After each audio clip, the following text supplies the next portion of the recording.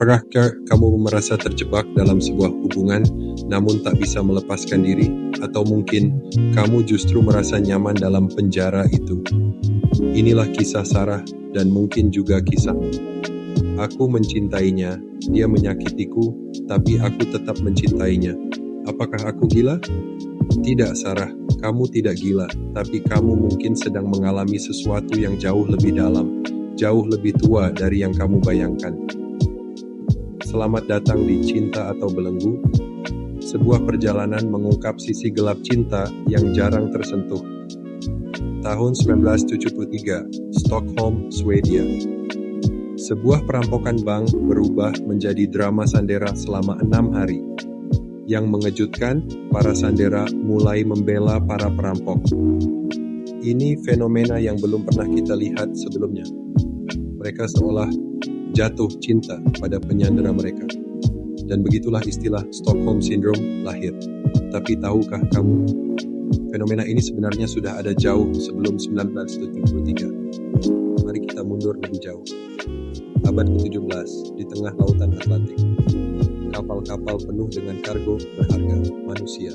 Perbudakan salah satu luka terdalam dalam sejarah manusia. Tapi di tengah kekejaman itu, ada fenomena yang membingungkan para sejarawan. Beberapa budak telah bertahun-tahun menolak untuk bebas.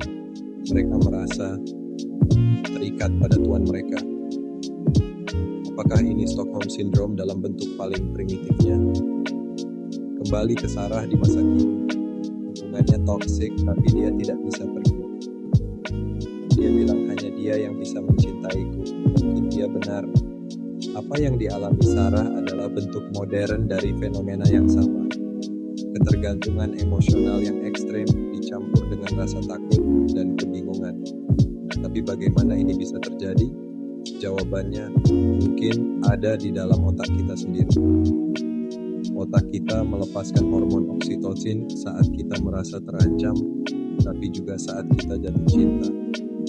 Dalam situasi ekstrim, kedua perasaan ini bisa bercampur. Jadi, apakah cinta Sarah nyata? Atau hanya mekanisme bertahan hidup? Aku ingin bebas, tapi aku takut sendiri. Bagaimana jika tak ada yang mencintaiku lagi? Ketakutan Sarah bukanlah hal baru. Selama ribuan tahun, manusia telah menghadapi dilema yang sama. Kebebasan atau rasa aman, cinta atau belenggu. Lalu apa solusinya? Bagaimana kita bisa membebaskan diri dari penjara yang kita ciptakan sendiri? Jawabannya mungkin ada pada dirimu sendiri. Ya, kamu yang sedang menonton ini. Karena setiap kali kita membiarkan diri terjebak dalam hubungan toksik, kita mengulang sejarah kelam manusia. Kita menjadi budak cinta palsu. Langkah pertama adalah mengenali. Kedua, mencari bantuan. Dan yang terpenting ingat, kamu layak dicintai tanpa syarat. Jadi, apa pilihanmu hari ini? Cinta sejati atau belenggu masa lalu? Ini Sarah mengakhiri kisahnya. Aku memilih diriku sendiri. Aku memilih kebebasan. Dan bagaimana denganmu? Jika Anda atau seseorang yang Anda kenal mengalami kekerasan dalam hubungan, hubungi hotline bantuan di nomor lokal. Anda tidak sendiri. Lovewise, aplikasi untuk hubungan sehat. Karena cinta sejati membebaskan, bukan membelenggu.